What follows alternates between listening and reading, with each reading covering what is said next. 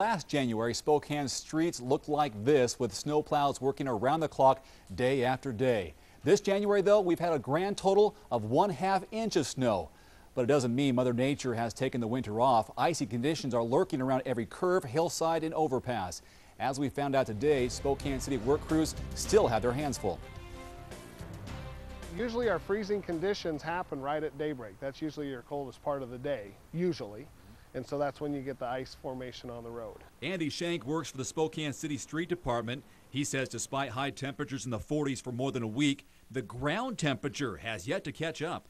What kind of clues or indicators can people pick up on in the morning to anticipate that there's going to be ice on the ground? Well, it's tough to say because, again, people are, we had a beautiful day yesterday, but the ground's still cold. If you look out in the outlying areas, the water hasn't gone into the ground yet. It's still sitting on top because it's frozen underneath.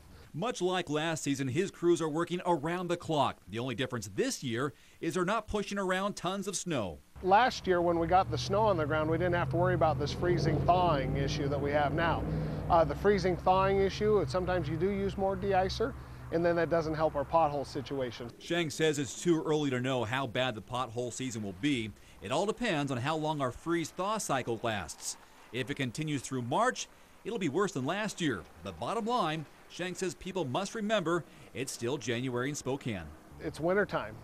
Use your winter driving habits. Be careful, give yourself lots of room, and slow down. And don't be deceived by the and blue skies. Yeah, don't be deceived by the blue skies. And Shank says the city measures its de-icer use in terms of tonnage versus dollars because prices fluctuate. He says the city has used a little over 2,000 tons of de-icer so far this year, which is the lowest it's been in 6 years. Last year's total tonnage was about 5,500.